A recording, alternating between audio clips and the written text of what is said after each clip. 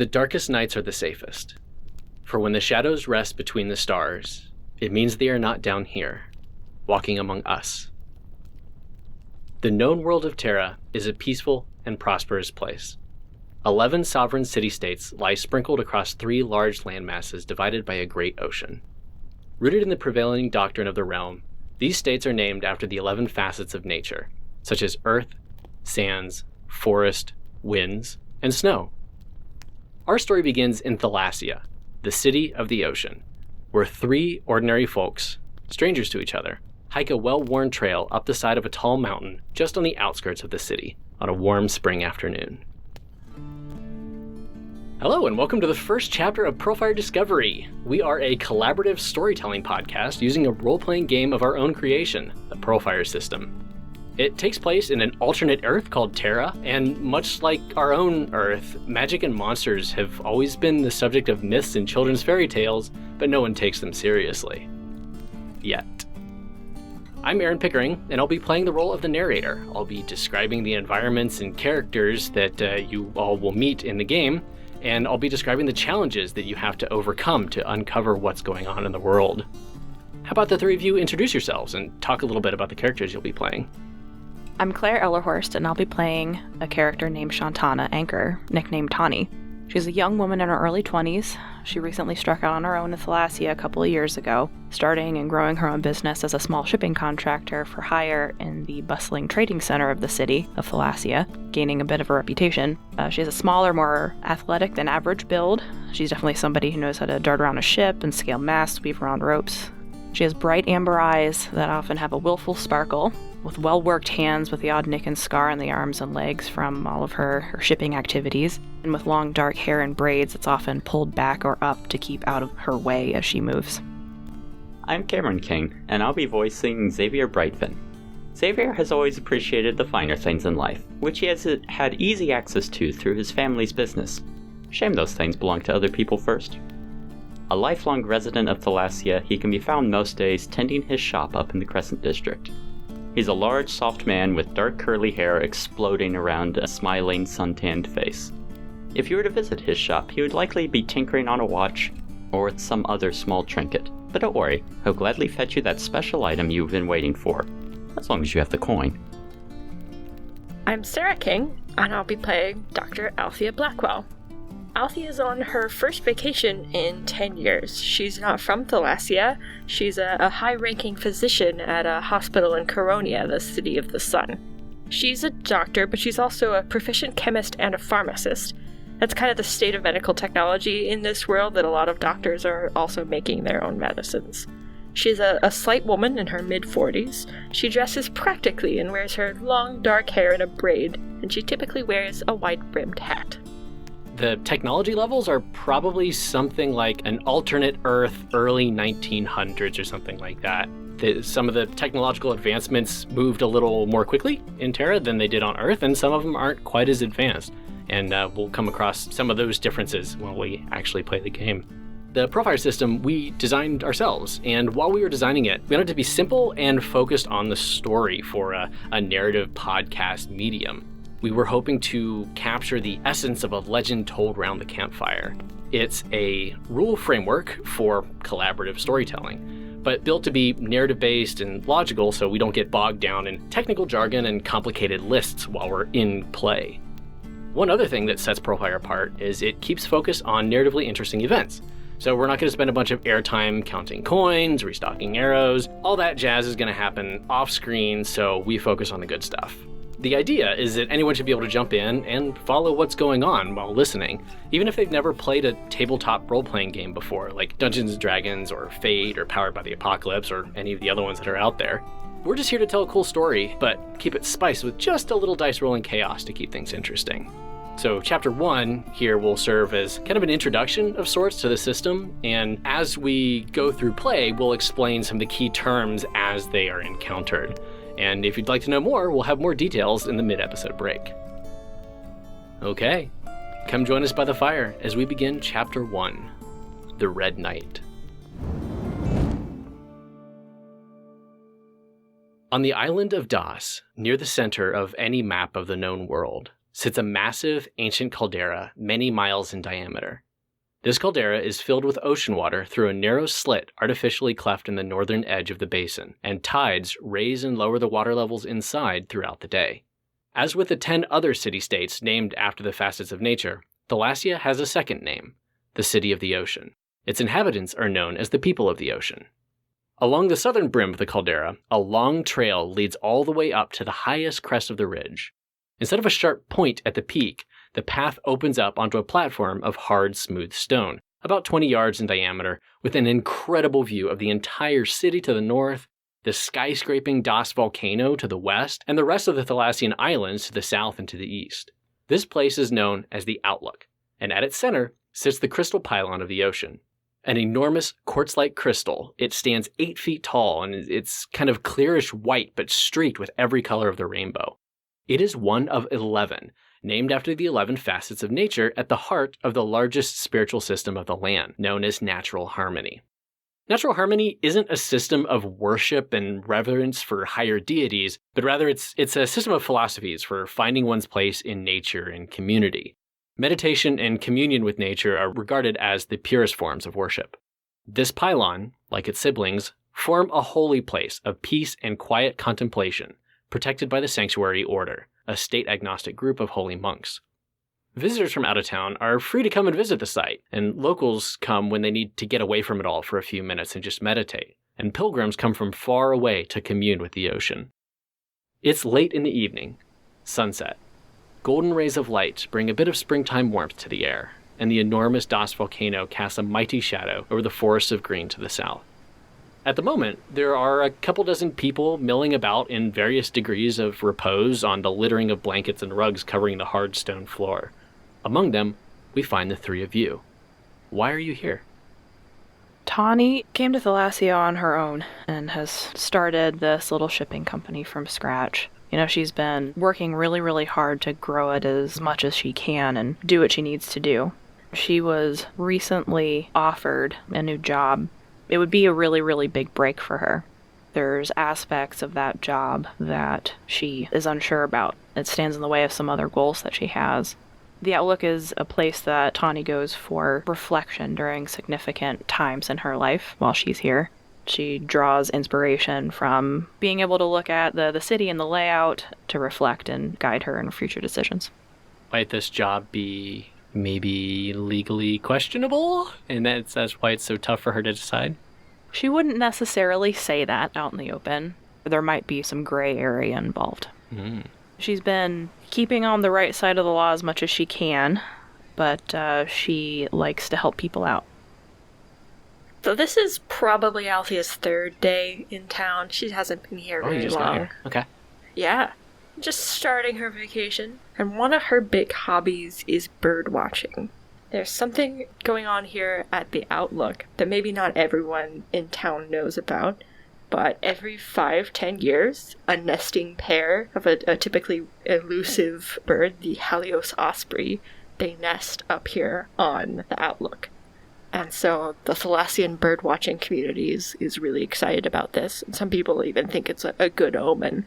And so she's hiked up here with her sketchbook and her binoculars to catch a glimpse of this nesting pair of osprey and sketch them in her sketchbook and maybe meditate a little bit here and enjoy nature. Mostly, definitely the birds. The birds is high on her list. Is that why Althea came to Thalassea for her vacation?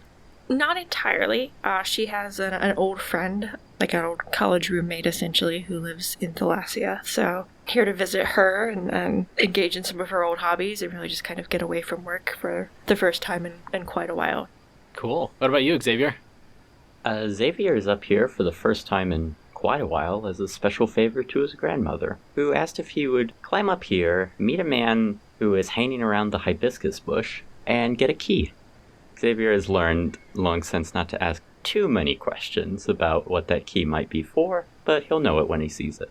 Now he's just trying to be nonchalant, walking around, and waiting for this person to show up. So you are walking around looking for a hibiscus bush on a sheer, flat stone platform with no plants anywhere in sight, but you do find a blanket on the ground that has a hibiscus plant embroidered into it on the top. So as you're milling around there and watching for this person you're supposed to be meeting, you see a single flash of lightning to the south, and it draws your gaze. It's strange, though, because there's only a small spattering of clouds to be seen in the sky. And then the rumble of earth shifting underneath you follows shortly after the lightning, and people start murmuring and pointing skyward to the south. Far to the horizon, a rippling wave of distortion, like the refraction on the surface of a bubble, can be seen growing ever larger and coming your way from where the flash came. You kind of squint your eyes and walk to the edge to try to get a better look, and seconds later, it's close enough to your position for you to see clearly. It looks like a single iridescent wave, like on the surface of a pond, pushing the air forward and bending the light behind it. Fear clutches your heart as this unstoppable world-scale phenomena rends the sky and races towards you. A second flash of light to the southwest is followed by another ripple. Immediately after that, a third flashes to the east, just as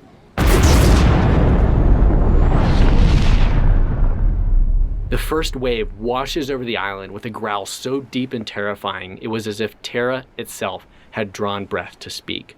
The quickening murmurs explode into a cacophony of frightened curses and screams around you. You're facing the ocean to the south, but behind you, you feel a warmth rising up and see a shadow of your own silhouettes outlined by a brilliant white light. You turn back to the center of the outlook and you see the Thalassean crystal pylon glowing brightly. Xavier and Tawny, you've been here multiple times, and it's never done this before. Blues, pinks, greens, yellows, reds, every color possible is rippling and dancing through the intensely white glow inside. A panicked clamor erupts as the visitors rush towards the narrow, precipitous exit from the outlook, but each of you feels something hypnotically binding about the glow. You're transfixed. Your minds scream run, but your feet have another master.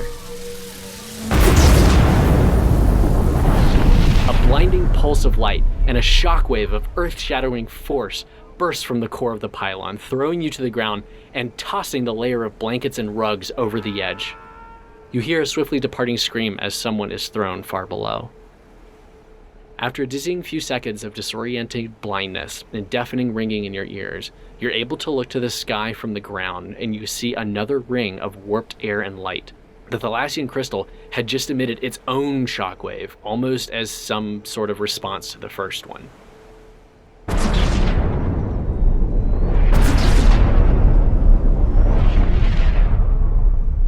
A second and third wave wash over the mountaintop just as powerfully as the first, and the sky to the north bursts into a series of many more flashes of light in quick succession, as if a storm, the breadth of the horizon, were raging beyond the sea.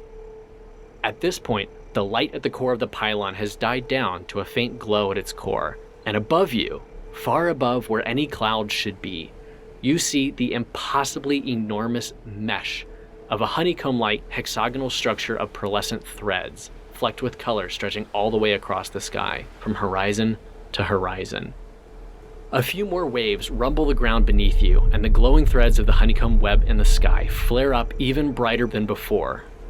And then they fragment into millions of individual tendrils and rain down on the land below like glittering ribbons of color.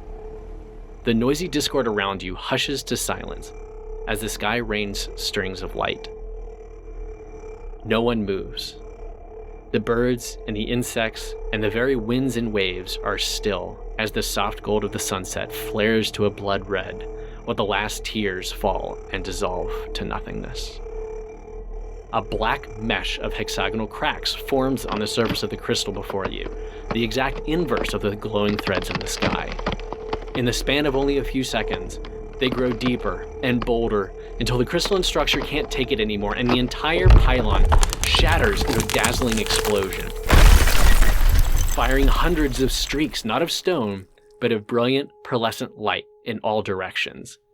You each feel a white-hot pain as you are struck. Darkness washes before your eyes, and you fall unconscious. Time passes. Your minds are reeling. The vivid dreams you experienced while asleep were far more than anything you'd ever dreamt before. As your consciousness claws its way back to the waking world, your attention shifts from the imaginary to the reality of your bodies. You are cold. It isn't the sensation of a cool floor or a brisk breeze on your skin. This chill is bone deep. A gentle drizzle of rain hits your face. You roll over and prop yourselves up, each limb moving with a slow, lumbering motion, heavy as lead and sopping wet. You open your eyes to a morning of foggy gray haze. Water pools around you and runs in tiny rivulets to the blackened crater at the center of the platform where the crystal pylon, the holiest, most treasured artifact of the people of the ocean and cornerstone of a sacred order, used to stand. Enormous cracks run from one end of the platform to the other, crisscrossing at the center. You sit up to find that you are the only three figures still remaining on the outlook. Dense fog obscures everything mere feet from the cliff's edges around you, and a faint whiff of damp smoke and ash fills your nostrils. What do you do? So we're conscious at this point? Yes, barely. It's too bright. Nope. Very cautiously sit up. Feel my extremities, make sure nothing's broken. Poke at my head, make sure there's nothing bleeding or There's nothing anything bleeding like that. on your head, but your hat is missing. Ah, disaster. Where's my hat? I say out loud. Are we alive? Check my chest to make sure there's not a hole in it. That's the last thing I remember. There is not a hole in your chest. Oh, good. I think Tawny's just sitting there in complete shock looking at where the crystal used to be. I think she's just kind of maybe even rocking back and forth a little bit, just like, what just happened, what just happened, what just happened? Yeah, I mean, this is a pillar of spirituality in this world, and it's gone. It's something that is the most important thing to the people of the ocean, and now it's gone. I'm going to see if my little hiking bag is there, maybe have a sip of water. Yeah, you're famished. Yeah, I think just water. I don't think I'm going to need my trail mix or beef jerky or whatever right now, but at least have a swig of water and try and collect myself and then try and stand up, brush myself off, look for my hat. Yeah, hat's not there. All the blankets and rugs that used to be on the platform that people would kneel on or sit on or whatever, they're pretty much all gone. There's a couple, but they were all blown off last night. How far away are Tawny and Xavier from me? Or these other two humans who I don't know who they are? The whole thing is about 20 yards across, so about 5 yards away from each other. Well, Tawny looks like she's having a rough time, so I'm going to walk over to her and say, "Are you alright? Do you need any medical attention? I've got a first aid kit. We should probably get moving if you feel like you're good to walk. I don't think this is a safe place right now." Whenever Althea talks to me, it's the first time that I register that there's other people here after the explosion.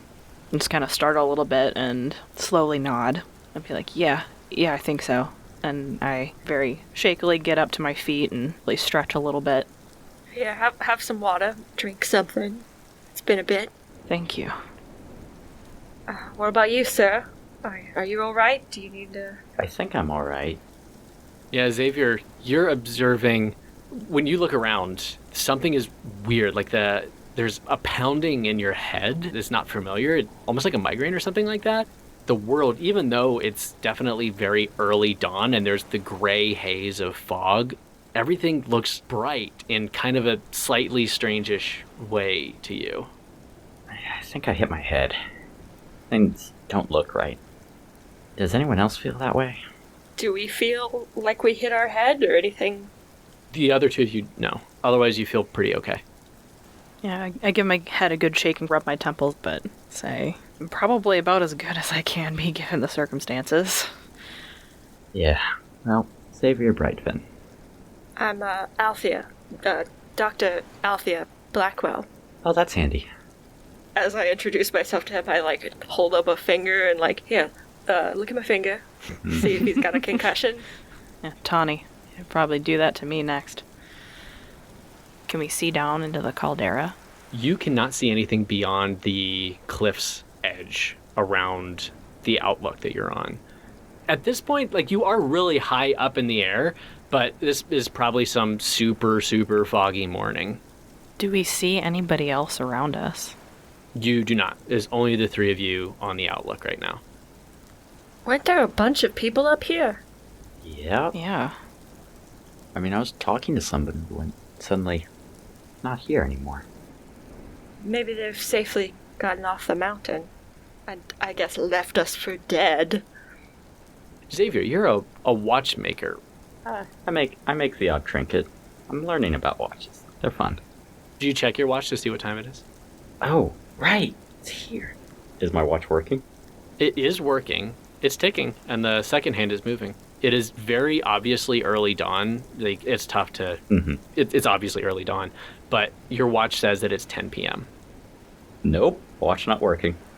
I don't know much about watches. Could it have been damaged by the whatever was going on? Nope. Still ticking. About a second.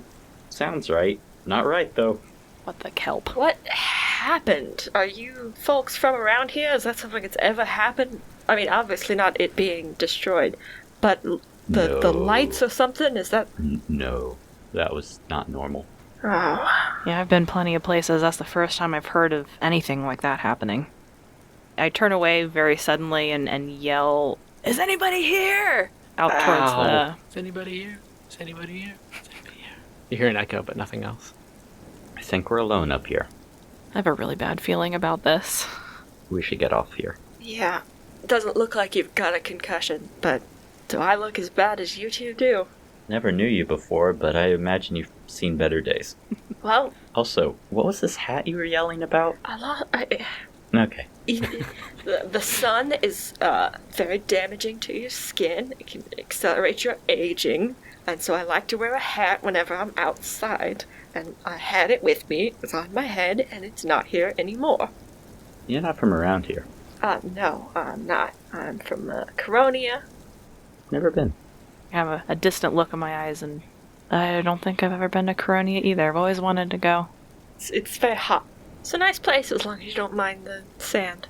Not as sandy, of course, as other places. I hate but... sand. You really want to be keeping all of your long sleeves, and I kind of point to my sleeves, and a nice brimmed hat. I still liked that hat. I was rather fond of it. I guess we try and make our way slowly and carefully down the mountain. Into the fog, I guess. Be careful, it can be a little slippery whenever the mist condenses on the rocks up here. Make sure you have sure footing. I'll just bounce my way down. As you approach, there's one exit from the outlook to the east, and it is a narrow, steep set of stairs carving in the mountainside. And it's about 20 feet down from the outlook, the top platform, down to the next landing below. But one of the giant cracks through the center of the outlook, it actually runs down the center of those stairs, and then when they curve around the side to wrap around down towards the bottom, the entire side of the slope has broken off and into a small rock slide. So the bottom 8 feet or so are quite treacherous and slick in the rain. You're in a dangerous spot, and we're playing an RPG, so let's roll some dice.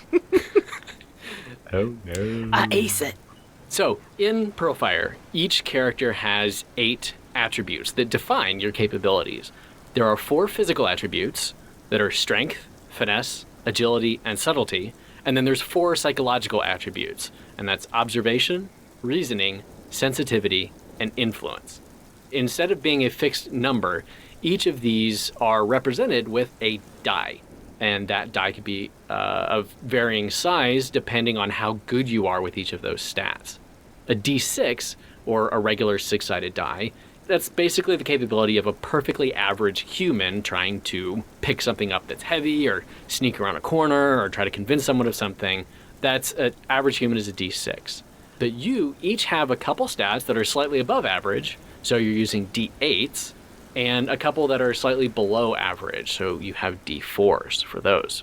Whenever you use these dice to try to produce a change or to do something, that's called performing a maneuver. So if you were to lift a heavy log, that would be a strength maneuver, and if you are trying to convince a stranger that the person next to her is actually a changeling masquerading as her wife, that would be an influence maneuver. So that's basically how you play the game. You'll be using these dice anytime you're in a tense or risky situation and success isn't certain. And then we'll resolve the attempt based on how well you roll. So these maneuvers are always a single die roll made against 2 target numbers. The first target number is the hit threshold, and that determines whether you're successful at whatever it is you're trying to do. In this case, it's getting to the bottom of the stairs. I'm going to be real with you for a second. Getting to the bottom of these stairs is not the hard part. The hard part is actually doing that without getting hurt, which is actually the second target number, which is the risk threshold. So you have to meet or beat the hit threshold in order to be successful in what you want to do, and you must be higher than the risk threshold. Otherwise, something bad happens whenever you're trying to accomplish something. So climbing down this slippery rock slide is going to be obviously a physical maneuver, but you can justify either using a finesse or an agility maneuver depending on whether you want to lean more on careful precision in taking steps or lithe athleticism. There are also skills that we will get to when the time is right that define what you are good at, like what you have been trained to do, and some skills may provide bonuses to certain maneuvers. So who wants to go first? I'll go first, trailblazing down the path here. I'm pretty good at both finesse and agility. I have d8s for both. I will do finesse in order to mark good places for everybody else to walk. Does that work? Yeah, go for it. Roll it. So I have Wanderer, which grants +1 to some sort of action because I've spent a significant amount of my life in the wild, but this does not count. No, not in this case. Okay, in which case, flat 4. You make it down just fine. It's a little tricky, but you're able to find your footing and make your way down. Okay. Well, here we go. I think I'll be okay. I'm large, but I move better than you think I'd be able to, just not quietly. So I'm gonna try with this one a finesse maneuver. A 5. Wow, you make it down even better than Tawny did. I definitely helped. Oh yeah, I paid attention. You pointed out the sure steps. I kind of like the idea of the finesse way of getting down is more that you're very slowly putting your foot in exactly the right place, while an agility way of getting down, you're like... Leroy Jenkins in it down the hill. Yeah. Parkour! Yeah, you're parkouring your way down. While saying parkour at every step. Althea is also going to use finesse to get down. She's going to very carefully climb down. She's wearing some nice practical boots, making sure her feet get on the right place. And that's a 3, even rolling a d8. You make it all the way down to the bottom, but you met the risk threshold. So hit threshold for this particular maneuver was 0, so everyone's going to get to the bottom. It's a matter of how well you do it. And this was a simple, easy, just kind of get used to making a maneuver. So the risk threshold was 3, and you bang your knee a little bit on the way down. So the last step kind of slips out from under you, and you bang your knee up against a rock. But you're okay. You don't take any real harm from it. Oh, it's always that knee. Man. So all 3 of you have made it down. This is kind of a larger surface area than the outlook above, but it's not near as clean cut. It's more of a natural landing on the mountainside, but you can tell it's obviously been heavily trafficked for centuries. There are several carpets and blankets scattered around the platform that appear to have been blown off from the outlook above, and along one edge, nearby where the path continues downhill, is a long open chest, and Tawny, you recognize that chest as the one that your knife was confiscated. The Sanctuary Order takes any weapons or dangerous items or large items from people before they go up onto the outlook itself, and you handed over your knife last night, and that's where it was put. The drifts have shifted in my favor. Let's go check out that chest. And then you see a motionless body lying on the ground just a few feet from the base of the cliff above. I'm going to go check out the body immediately. Tawny looks over and then registers that there's something there. Oh my. Oh. My hat is forgotten. I'm going to go see if that person needs a doctor.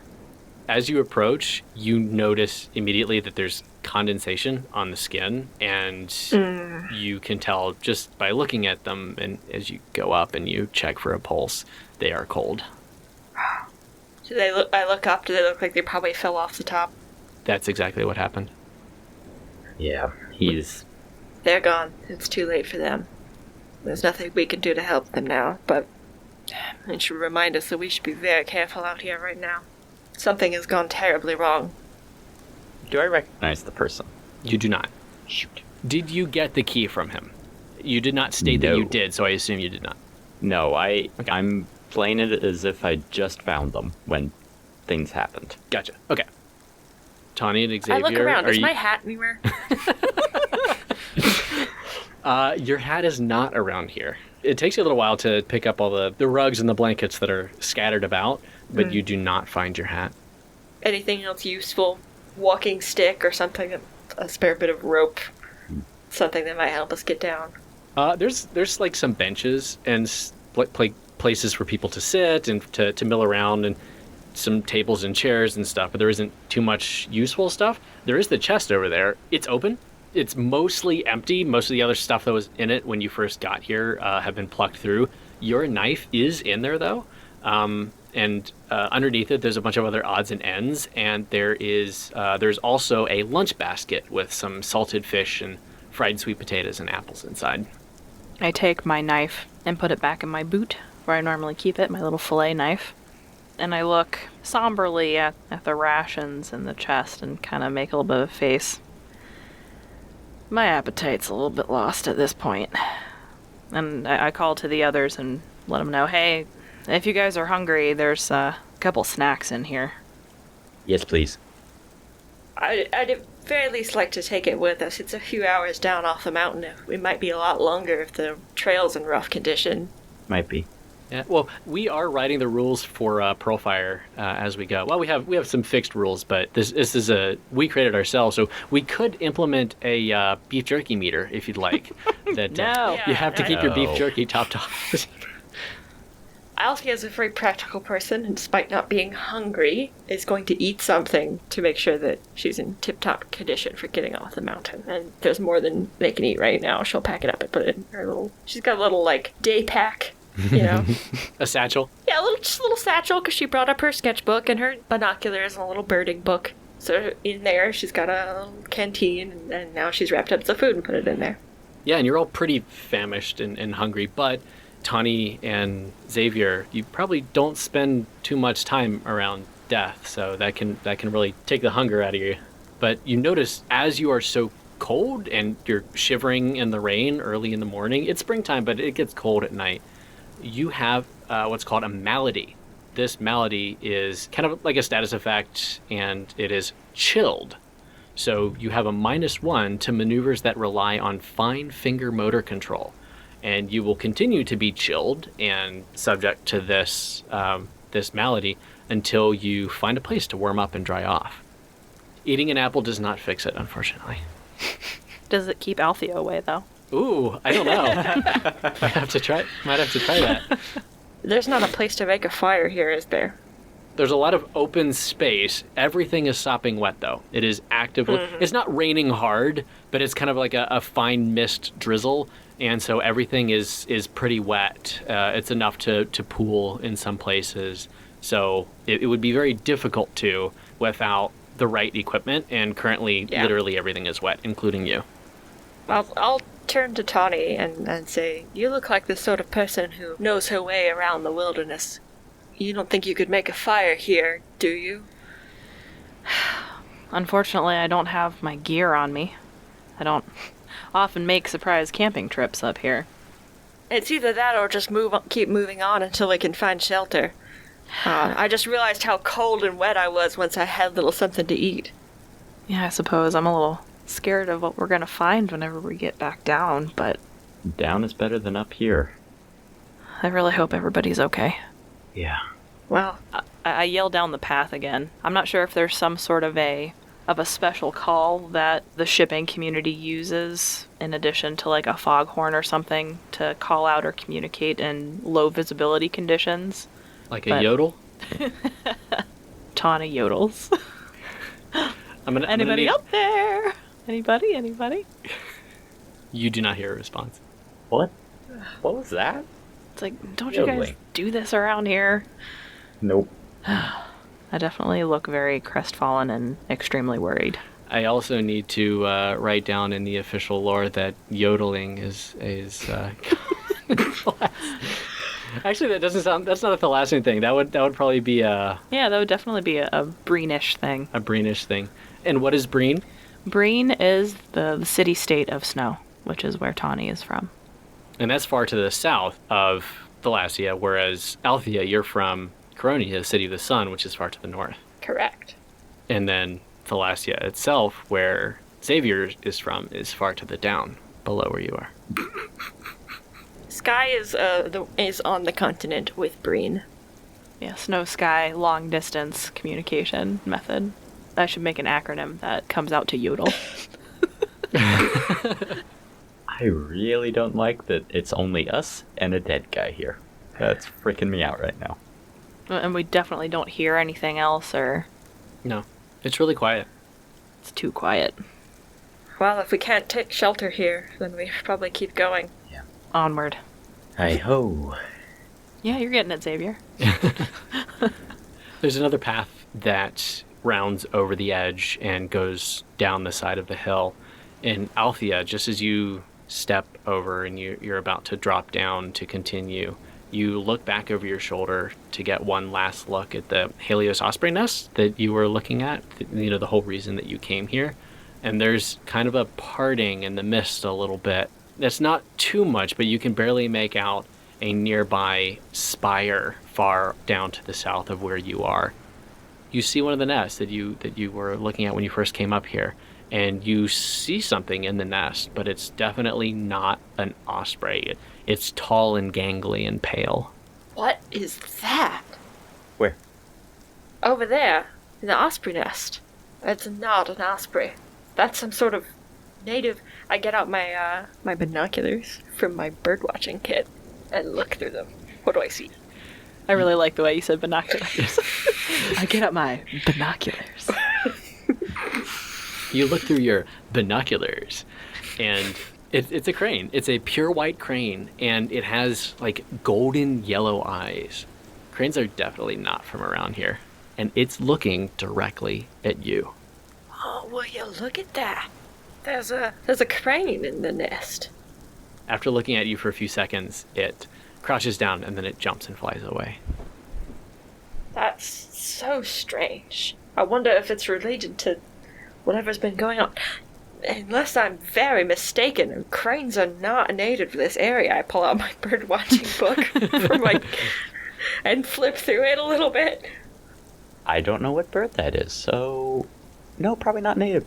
How much do you know about birds around here, Xavier? You're not a birder, are you? No, very little. Not my area of expertise. That's unfortunate. It's very fun. I'll take your word for it. That doesn't sound like you think it's fun. Nope. Normally I'd want to sketch it. That's probably not a good idea right now. You're welcome to sketch it. You do get a -1, though, because you use your fingers for it. And it's wet. It would be a bad sketch. I don't think it's very wise. Surprisingly, my sketchbook was not ruined. But I'm going to take some narrative authority there and say my sketchbook's not ruined. Oh, I think that is very on brand for Dr. Blackwell to have, like, a leather-bound, water-resistant satchel and just prepared for anything. And even in rain, all of her important stuff is tucked away safely. I mean, she's not used to being in a rainy weather, but she bought a lot of nice stuff before taking this vacation. So, it's a nice satchel. It's waterproof. Well, I'm not going to sketch that bird, but that's weird. It's giving me a weird feeling. You turn from the nest and you continue heading down the path. The going is slow and slippery, and you can tell that the earthquakes from last night, they've disturbed several more portions of the path than just what you saw up at the outlook and the landing. You notice something new on your way down that wasn't there yesterday, though. There's like a strange blue lichen of some sort that's covering many of the stones as you start going a little bit lower in elevation. And this lichen brightens slightly whenever droplets of water touch it, like raindrops. It's very pretty. Bend down to look at it, try and scrape some off of a rock. It brightens, it gets more blue whenever water touches it. But other than that, it's just like a normal lichen. So you can scrape it off with your knife and it kind of flakes off. Huh, that's new. A few more minutes of walking down the trail, you nearly trip on a large, weather-beaten wooden sign on the ground, and it has worn lettering burned into it saying, "The High Water, a Tides Studio." And there's a bundle of tiny paper flyers scattered around the path. It's nailed on a signpost on the ground, and it's broken and half covered by stones. A small cave opening stands just above it, off to your right, that also was not there yesterday. Just inside the mouth, you can see the flapping of a familiar, wide-brimmed hat as it bounces in the breeze, pinned by some rocks. Hi folks, this is Claire and Aaron jumping in for the mid-roll. Thanks so much for listening to our first episode. This podcast has been over a year in the making as we created the Pearlfire role-playing game and built the world and the magic system and messed around with microphones. So we're super excited to finally be here telling our story, and we are so glad that you joined us. Yeah, and we need your help. Launch is a critical time for a new podcast, and a major contributor to whether they sink or swim is how well they do in their first couple weeks. So if you like what you hear, please subscribe and rate us on your favorite podcast platforms. We aren't professional podcasters. We're just a bunch of nerds that love a good story. Follow us on Twitter at PearlfireRPG, tell your friends about us, and use the PearlfireRPG hashtag to help us spread the word. And if you're interested in learning more about the Pearlfire RPG itself, take a look. It's on our website, Pearlfire RPG. Okay, I'm sorry. I like it. I want to keep that in. Take a look at our website, pearlfirerpg.com, where version 1.0 of the full rule system is freely available for you to try out for yourselves. Give it a shot and tell us what you think. The story chapters are going to release on a bi-weekly schedule, so every 2 weeks. But in between chapters, we'll plan to have something like a fireside chat bonus pod on the interim weeks. We'll call it Fireside Chat. So coming up, we have Chapter 1.4 releasing on March 10th, and the first part of Chapter 2, 2.1, coming 2 weeks after that, and a bonus pod dropping somewhere in between. It'll be more like a Session 0 character discussion, as well as a more in-depth overview of how the RPG rules work, and we'll probably also answer some listener questions. Yeah, we'll answer the questions, even if Claire doesn't want to. I'll answer a couple. One final note. If you are listening to this episode during launch week, first of all, yay, thank you. But also, Claire and I will be going to C2E2 in Chicago this Friday and Saturday, the 28th and 29th of February. And we'll be at PodFest in Orlando the first weekend in March. So if you'll be there, hit us up on Twitter at PearlfireRPG, and we'd love to meet you. All right, back to the episode. Oh, look, that's my hat. Does it look like I can safely get over there? Yeah. Oh, yeah, I'm gonna go up to that hat. No. All right. What? I turn around to Xavier. It's my hat. I need to protect my head from the exposure to the environment. That wasn't here when I went up the mountain. What? My hat? No, it wasn't. It was on my head. No. The whole thing. You know, the whole hole. Yeah. The cave wasn't here? I thought I just didn't remember it. Caves don't just appear. As you point at the cave and you look at it, you see the glint of something silvery inside. Ooh, shiny. Well, we may be able to find some shelter in this cave, maybe dry off and warm up until the rain stops. Yeah, either in the cave or the, that's a whole building, right? The high water. The high water. You do not see the high water, however, you remember passing it on your way up. So it's just around the bend below where you are. So this is not opened up with the tidewater being a crater. No, this is a cave that's a little farther up the path, and then the high water is down lower.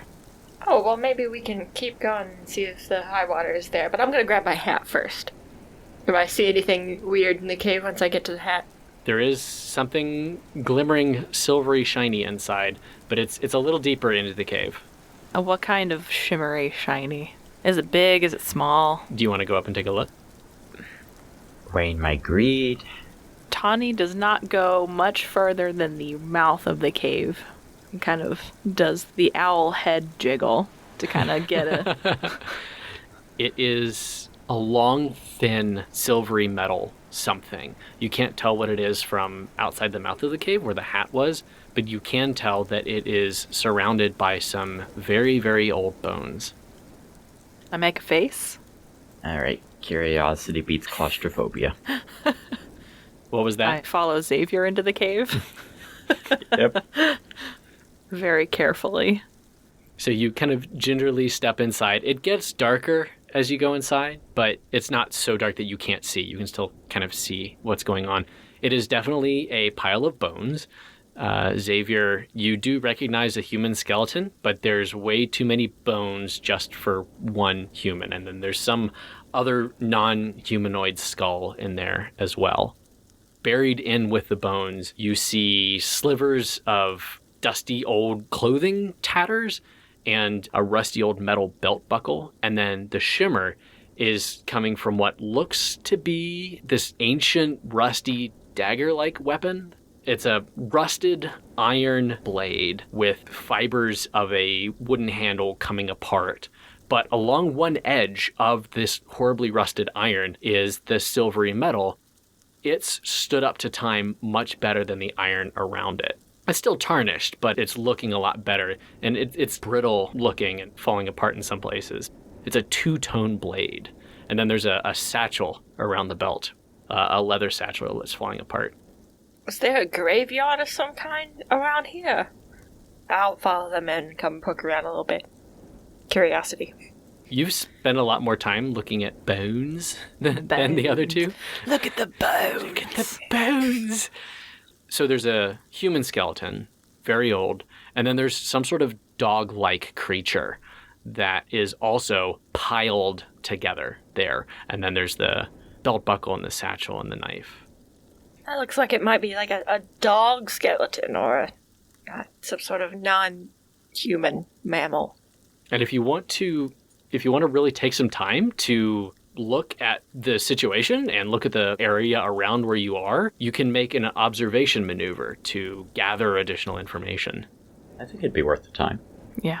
I will take a look around. Let's see what a D8 gets me. And I guess while he's doing that, Tawny will look around to see if there's any recent activity from other people who might have wandered in. That was a 5 for my observation maneuver.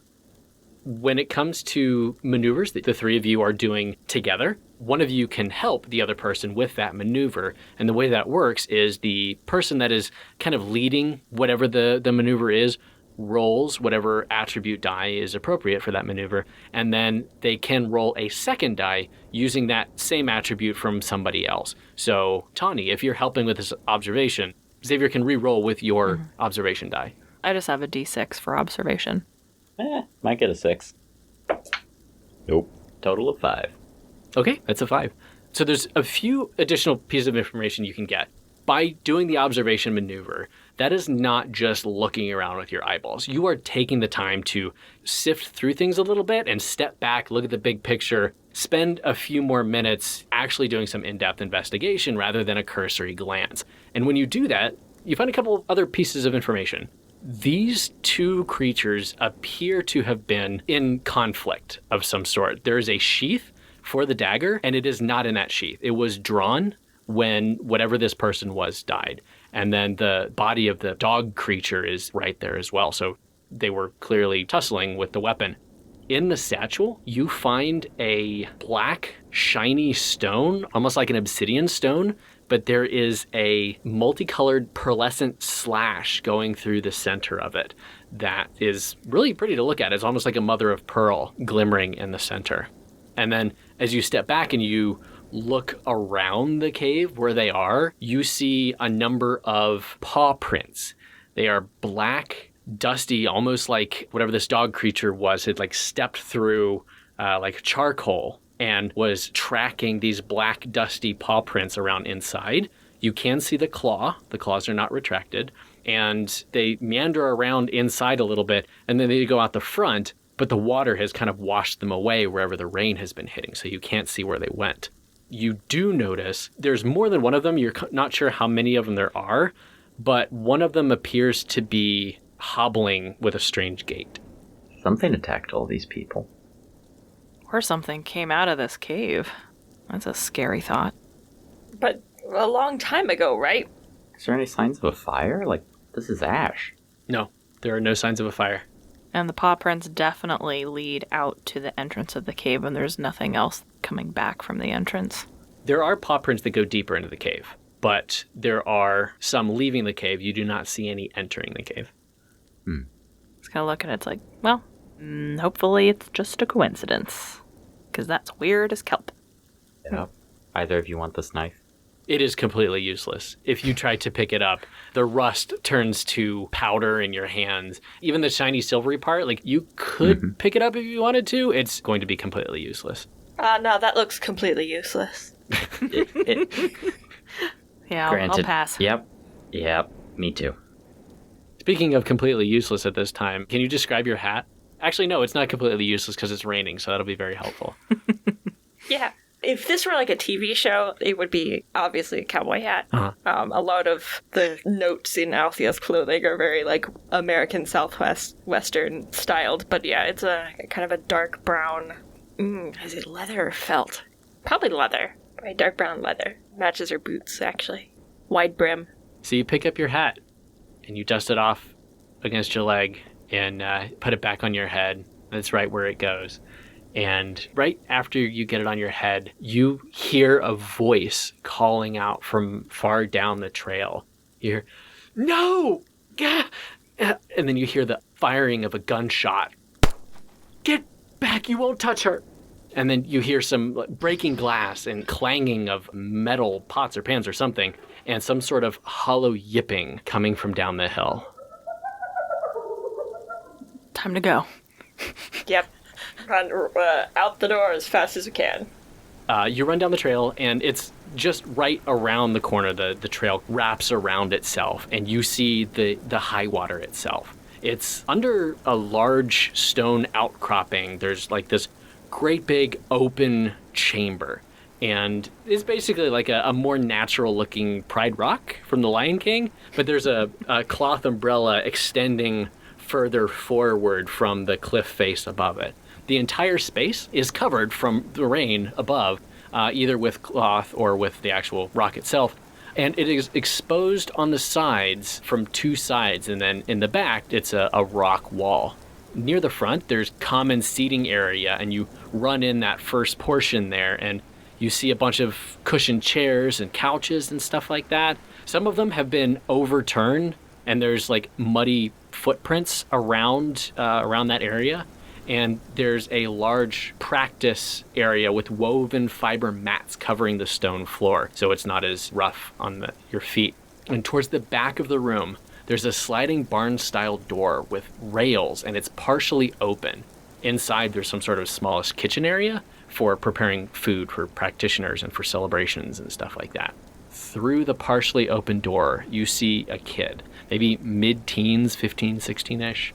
They're standing in the doorway, struggling to reload a pistol while looking at something that's obscured behind the stone wall. Their left hand is bleeding quite a bit, and they're trying to reload this breech-loading pistol, but it's not working with the bleeding hand. And you hear them saying frantically, Mom, come on, get up. And you see black paw prints running from where you are in towards where the kitchen is. What do you do? Kelp. Get the kid out of here. Yeah, I'm gonna run over to the kid. Do I see the mom?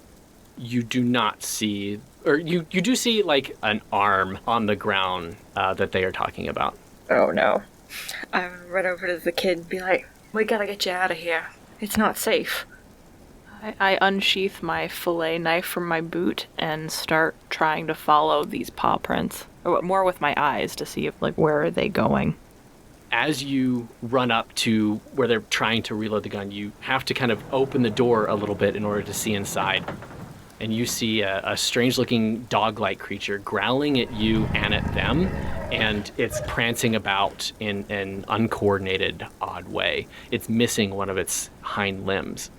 And they say, I can't kill it. We've shot it twice, but it keeps coming. And true enough, you see two wounds on the side of the creature.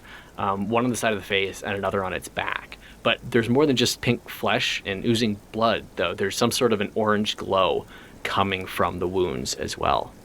Now you can actually see the body that is face down on the ground, somewhere between them and the creature. Tawny, what were you looking for? Where the thing that was leaving the paw prints went. It definitely into the kitchen. In which case, I just take defensive stance and see if there's anything within arm's reach that I might be able to use to throw at it or... Out here, there are not, but in the kitchen, there's a bunch of pots and pans and knives and kitchen implements. And it's about the size of a regular dog. It's Can I see a it pretty from where I am? large-sized dog. You cannot see it from out here, but if you run up, you can see it. I was going to look for a chair or something with some reach so I could get something between me and the dog, since I'm assuming it's going to run out at any moment. So there's a lot of cushions that are on the ground back here, but they aren't off-the-ground tables and chairs. They are cushions on the ground around like a little fire pit and stuff. But like I said, there is a bunch of tools and stuff inside the kitchen itself. I turn to the kid and I say, "Here, let us handle the creature. Get yourself outside to safety. Do you mind if, I'm not leaving without my mom. well, alright. I'll go over to the mom. Is she dead?" She is not dead, but if you are entering the kitchen, we are entering combat. Yeah, no, I'm gonna go up to her to see if she's okay. So Okay. we will enter combat. Okay.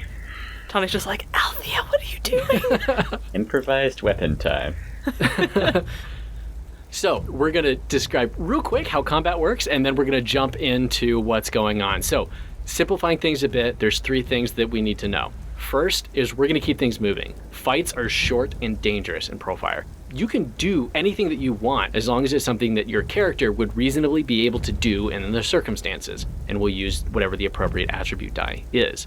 I will not be rolling dice, only you do, and we'll use the hit and risk thresholds for those maneuvers to determine if you accomplish what you're trying to do, and then if you incur any sort of harm in that attempt to do something. Generally, characters and creatures can keep fighting until they've been injured 3 times, give or take a little depending on the creature and the situation, and that includes the 3 of you. So, what do you do, Althea?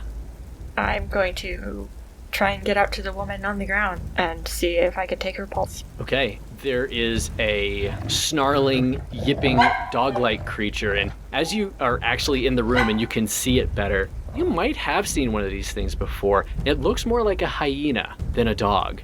It has these black, coal-like feet at the bottom, like leaving the dark black paw prints that you saw up in the cave.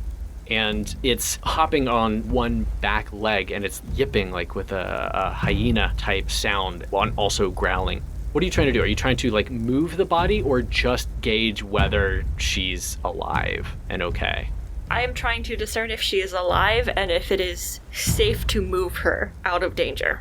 It is definitely not safe to move her because this creature is right there on the other side and is getting ready to pounce. You can see her breathing. Okay. Can I take off my hat and try and shoo the creature? Just take off the hat and go shoot, shoot, shoot, and wave the hat. So you're trying to distract the creature. Yep. Okay, so what you're trying to do is what's called a mod maneuver. Instead of directly trying to harm this creature, you are trying to apply a modifier, a malady to it, to distract it and make it easier for someone else to do whatever it is that they're trying to do. So you're trying to distract it and get it to, chase after your hat or something that you just looked so hard for? You're going to throw it? Yeah, if I have to throw it, I'll throw it. I'm hoping that I could just kind of scare it with the hat, but if that doesn't seem like that's gonna work, I'll throw the hat. This woman is in dire need of help. I can get another hat. Oh, hat, how short we knew you. What type of attribute do you think that's going to be? That's... Unfortunately for Althea, that's probably an influence maneuver. I think so. I think you're trying to psychologically influence this creature to scare it. Playing mind games with this hyena. That's really unfortunate because Althea is not good at that. Okay. She's got a D4. You can either try for simple or impactful, depending on the magnitude of what it is you're trying to do. Let's go with simple. Okay. That's a 2. As you shake your hat around and you try to distract it, it pounces at you and bites at your arm. You feel the teeth as it gets into you, and there's also like a just red hot heat as it burns your arm as well. And when it gets you like that, you throw the hat out of your hands, and it does distract a little bit. It drops your arm, and then it runs after the hat. So you were successful in distracting it. The next person to do something is going to have -1 risk threshold, so they're not going to be quite at risk for 1 round. but you did take some harm because that really hurt your arm. Sure did. Who's up next? I don't have a weapon, but... You don't have a weapon, but there are a bunch of pots and pans and stuff and knives in the kitchen that you can use as improvised weapons. You could also try and pick up this woman and take her out of safety while I'm here to throw hats at this creature. I was gonna at least try to pick her up and get her out the door. Yeah, I'm not picking anybody up. Oh, here we go. Attempt to pick her up and get her out of the kitchen. You may. Would this be a strength maneuver? Yep. Alright, let's stick to my strengths. But I'm just... That was unintentional. Xavier rolled a 4 on that strength. You are successful. You run over and you pick up the body, and as you do so, you stand up and pick her up and put her over your shoulder, and when you do, you kind of bang your head on the pots a little bit. They're right in front of your face. This entire morning, something's been kind of weird with your vision. There's like a cast iron skillet and some shiny silvery metal ones, and you recognize that, that's a cast iron skillet, and that silvery one right next to it that you're not exactly sure what it is, definitely the same thing that you saw in the cave when you were just up there a moment ago. But you pick her up and you're able to take her outside of the kitchen. Weird pot, I'll deal with that later. Let's get her on the ground. So, I'm outside now. You are outside, and Althea is still inside, and the creature is just actively chasing after her hat. And what do you do, Tawny? I cannot recall. Did Althea throw the hat then? Yes. And it's going deeper into the cave. Not much, just barely. It was just enough to make that strength maneuver safe, though, so you did allow Xavier to be successful. That's good. The hat was not in vain. Hat MVP. I'm going to shift location a bit to come between the hyena and the woman and Xavier. Is the kid out of the house yet? Yes. I'm just gonna wait here and see what happens with this hyena thing. Ready to see what it does and try and deflect it from attacking people. Sure. Well, in Pearlfire, for every turn within combat, you can do some minor stuff. You can open a door, or you can flip a switch, or you can move and run around and jump and stuff. But for each turn, you must always make a maneuver, because even if you are not actively trying to harm whatever you're up against, you are still in danger. So if nothing else, you have to make an agility maneuver to try to avoid damage. So that's what I will do. An agility maneuver to dodge and keep it occupied whenever it eventually tries to attack. Yep, and that is called a mod maneuver. The modifier is a boon to you, granting you dodge for 1 round, so you're dodging from harm. Okay. That would be a 6. You are successful. This is all kind of happening all around the same time, so it attacks Althea. Xavier runs in, pulls the body out, she throws the hat, and you are standing ready right in the doorway.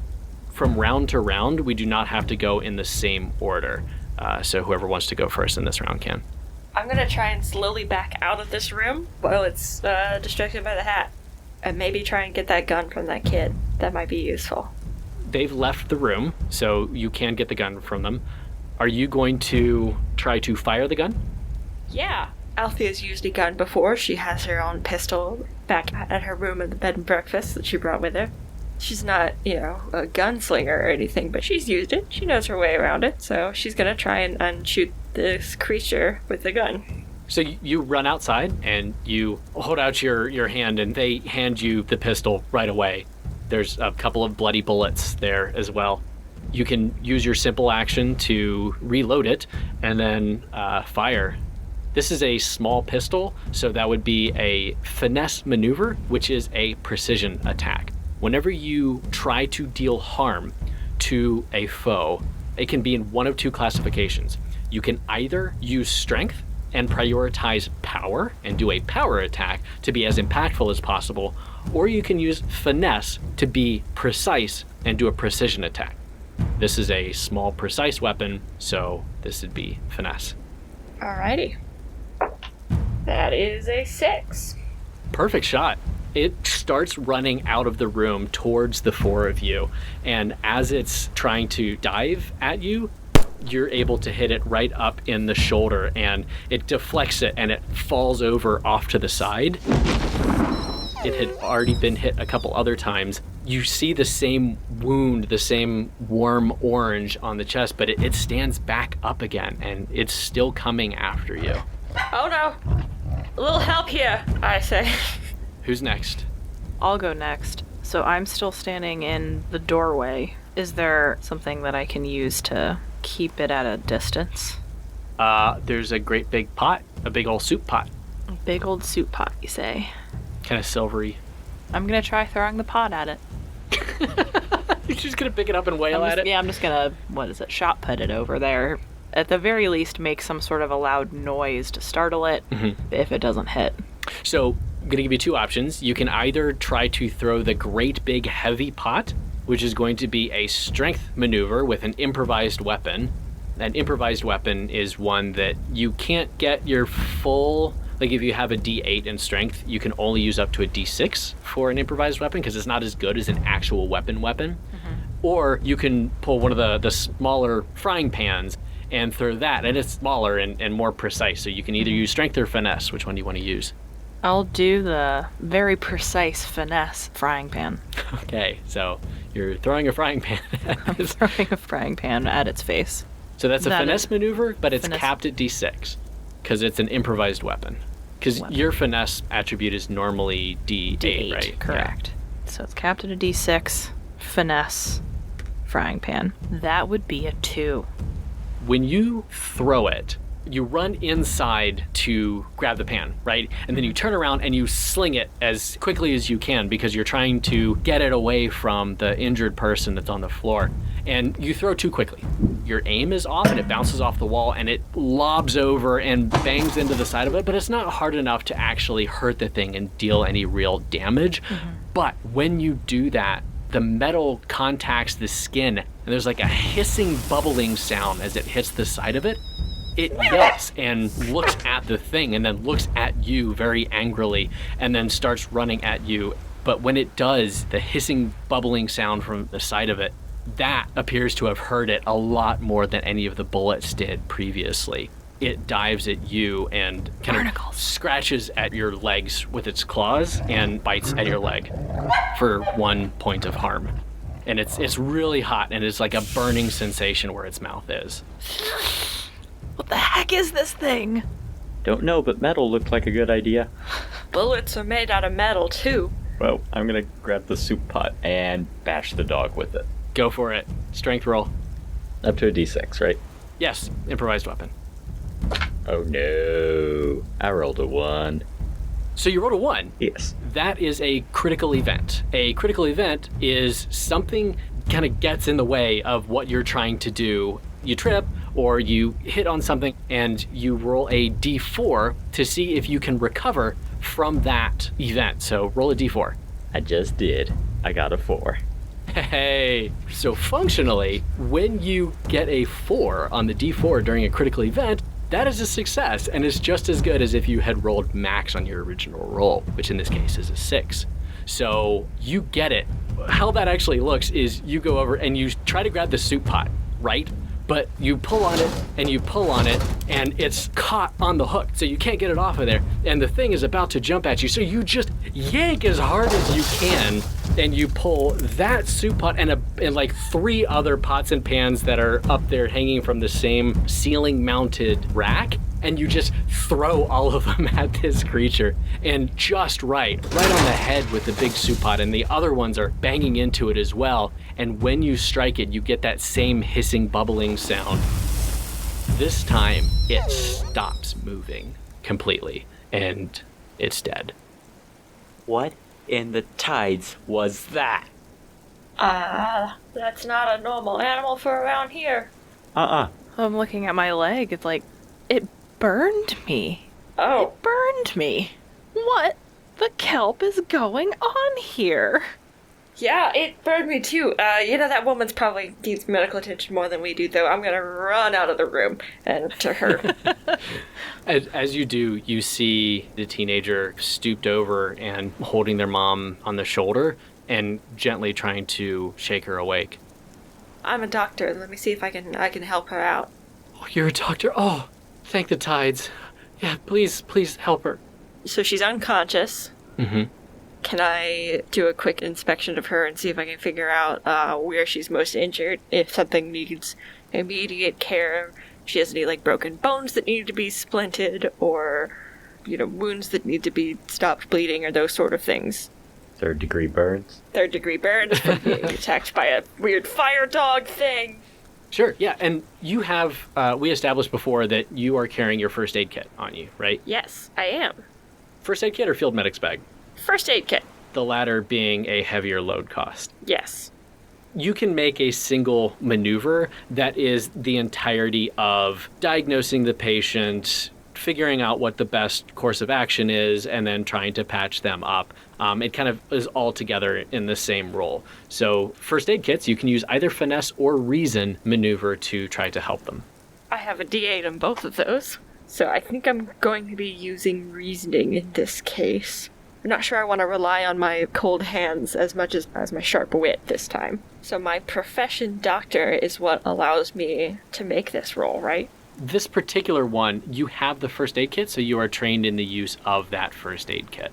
So it grants you that ability. Alrighty. Oh no. You're performing first aid here. You're not doing any super in-depth doctor-y stuff. Yeah, I rolled a 1 though. So you open up your doctor's bag and you spill it all over the ground. Now roll a d4. So my hands are shaking. Yeah. And I'm the adrenaline is hitting me. Oh no, and then that's a 1. Okay, so a 1 followed by a 1 is a critical failure. This is what happens. You reach down, and the first thing you're going to do is get some vitals for this person. So you take your 2 fingers and you place them to her neck, and the moment your skin contacts hers, you feel intense, throbbing, stabbing pain on the side of your head. And it's so sudden and so disorienting that you kind of fall back onto your butt. But the moment that your hand leaves her neck, the pain is gone. You crawl back over to where she's lying on the ground, and the pain that you felt on the left side of your head, exactly there's a large gash where she appears to have smacked her head on the edge of the island within the kitchen area over there. Ah. And then the kid said, "What was that? Are you okay? Is she going to be okay?" Oh, sorry. I must have hit my head here. Just like she hit with the dog. I just didn't notice. Not sure what I can do to help her right now. Oh, hold on, my head is just hurting so much. And then I touch her again. I think I touch her as I say that, and then I say, "Oh, it's just hurting so much." And then I let go of her, and it either stops or it slows down a lot. And I'm like, give me just a minute here. I'm so sorry. And I'm just gonna sit down on the ground for a minute there, because I feel like if I'm in a lot of pain, I can't be helping her right now. I don't want to hurt her more. I don't have any idea why it would be hurting so much. So, over the course of this fray, both you and Xavier have noticed something different that is new today that obviously you couldn't do before. Xavier, when you were reaching for whatever you were going to try to strike the creature with, there was a variety of pans hanging from the ceiling. But as you reach for the heavier looking one, you're not exactly sure why, but you grab the one next to it, the more shiny looking one, and you use that for the actual attack. And now that you have a couple minutes to breathe and your heart rate is starting to slow down just a little bit, you realize that that's because, and you don't know how you know it, but this is the exact same metal that was in the knife in the cave. Althea, it takes you a little bit, but while you're sitting there, you realize that the pain that you felt when you touched this patient was not yours. You felt her pain somehow. It takes you a little bit to gather up the courage to try it again because the first one hurt. But what does it feel like as you gather yourself and then try again? I think that when she's cognizant of it, she realizes that the pain doesn't necessarily go away when she's not touching her. It's just much weaker. And it's in exactly the same place. And she'll reach out and touch her hand again. And then she feels it just feels like a gash on the side of Althea's head. It's like feels a little bit wet there, as if it were her own gash. And it's really disorienting and really distracting and difficult. She's like, what on earth? I don't understand why I'm feeling what she's feeling. I'm feeling as if my head has a gash in it when I touch her. What did that dog do to you? I don't know. I mean, bit my arm and burned it a bit, but it didn't. I don't think it did anything to my head. Can someone else apply pressure to her wound? I feel like I'm gonna be sick. I'd at least just put some pressure on her wound. I can't do it. I give the kid like some gauze just to, at least make sure that she's at least being taken care of. But I don't think Althea is up for it right now. They take the gauze from you. Thank you.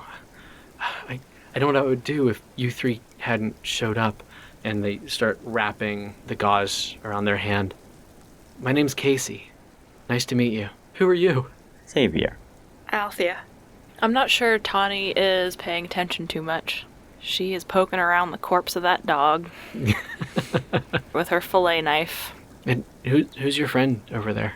Her name's Tawny. We were up on... Did somebody say my name? Hi, Tawny. I'm Casey. Hi, Nice to meet you. Casey. We were up at the Outlook overnight getting some email. You didn't answer my yodel! We were up at the Outlook last night when something happened there. We woke up this morning. We're just making our way down. Do you mind if we rest here for a little bit before we make our way down? Make sure we're warm and our hands stop shaking. Maybe all 5 of us can make our way down after that.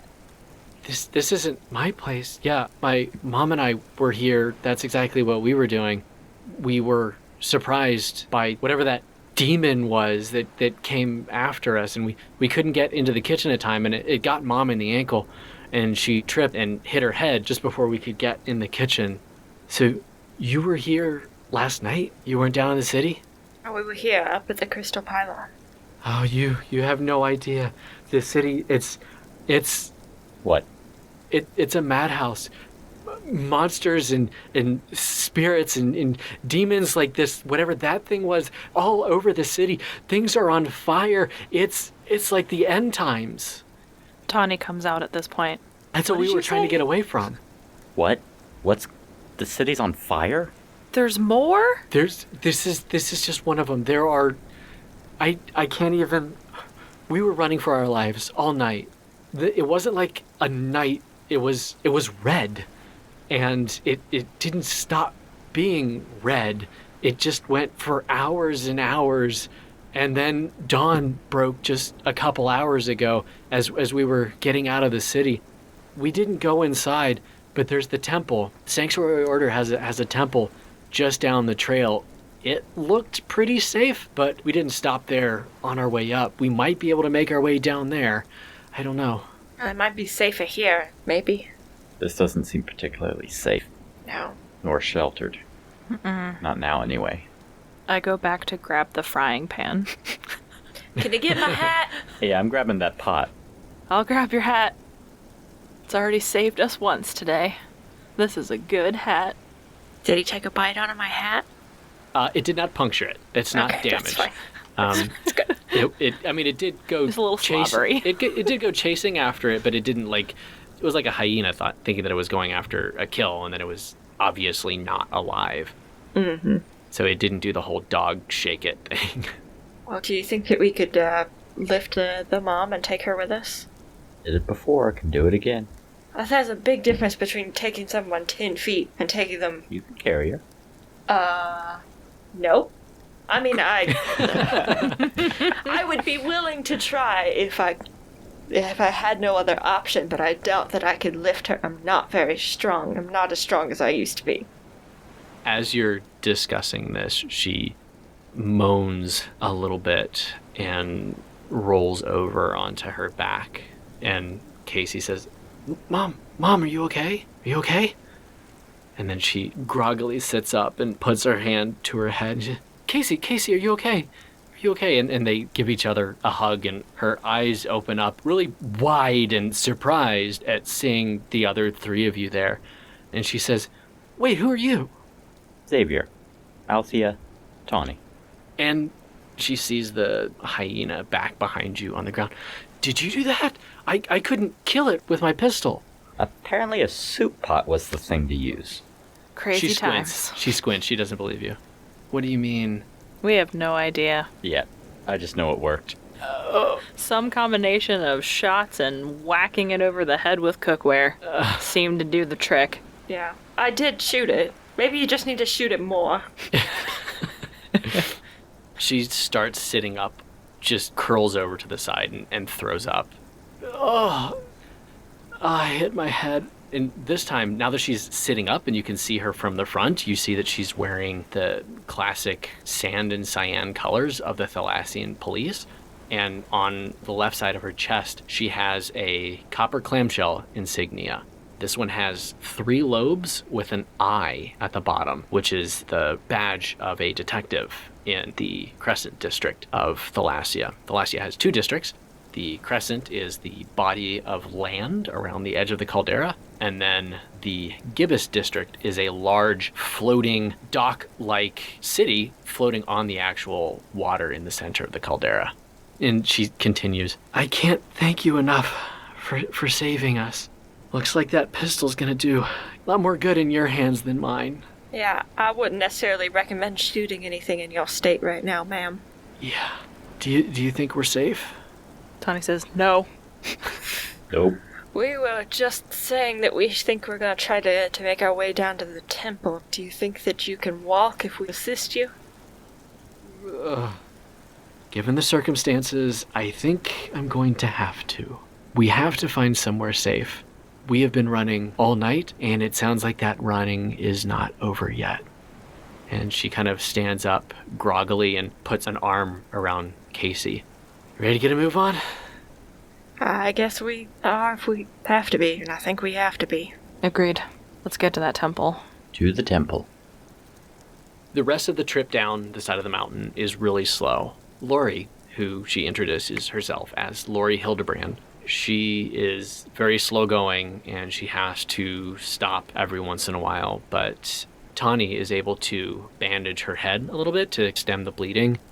About 45 minutes, maybe an hour later, going down, there isn't too much more excitement on the way down. You eventually come across a massive 3-story structure, partially constructed of wood and partially hewn directly into the mountainside. The sloping roofs curl up at the ends like waves crashing on a beach, and the front gate is flanked on either side with massive carvings of nautilus shells. There's a wooden fence all the way around, but the aperture for the gate has no door and no mechanism to close it off, which indicates the always welcoming spirit of natural harmony and those that have dedicated their lives to the oneness with nature and its many inhabitants. It is exquisitely crafted and clearly maintained by a very careful hand. The earthquakes from last night have clearly done some damage, with one of the buildings bearing a very large crack all up one wall. You have come to the Temple of the Ocean.